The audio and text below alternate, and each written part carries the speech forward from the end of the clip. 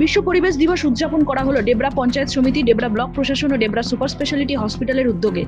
Debra auditorium হল থেকে ডেবরা হাসপাতাল পর্যন্ত সাদা টি শার্ট আর টুপি পরে স্বাস্থ্যকর্মী থেকে প্রশাসনিক কর্তারা সবাই সামিল হন।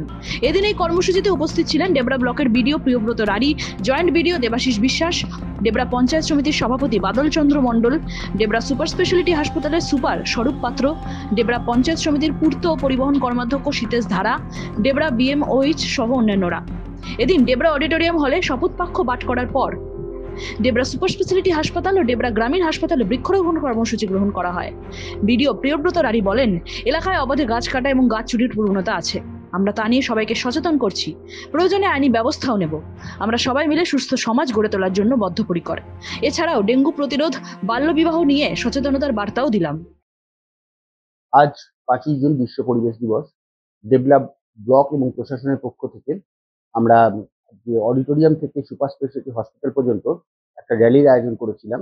সেই র্যালির মুখ্য উদ্দেশ্য ছিল মানুষকে সচেতন করা, বিশ্ব পরিবেশ দিবস উপলক্ষে প্লাস্টিক ফ্রি, জঞ্জাল মুক্ত পৃথিবী গড়ে তোলা।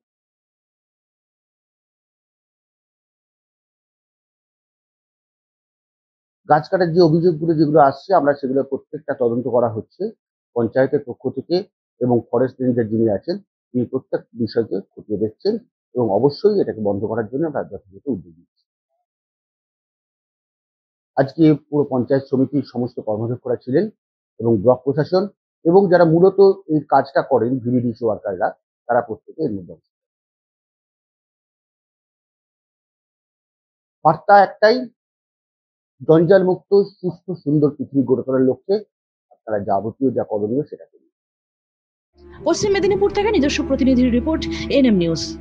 আরও খবরের আপডেট পেতে সাবস্ক্রাইব করুন আমাদের ইউটিউব চ্যানেলটি আর বেল আইকনে ক্লিক করুন নোটিফিকেশনস পেতে।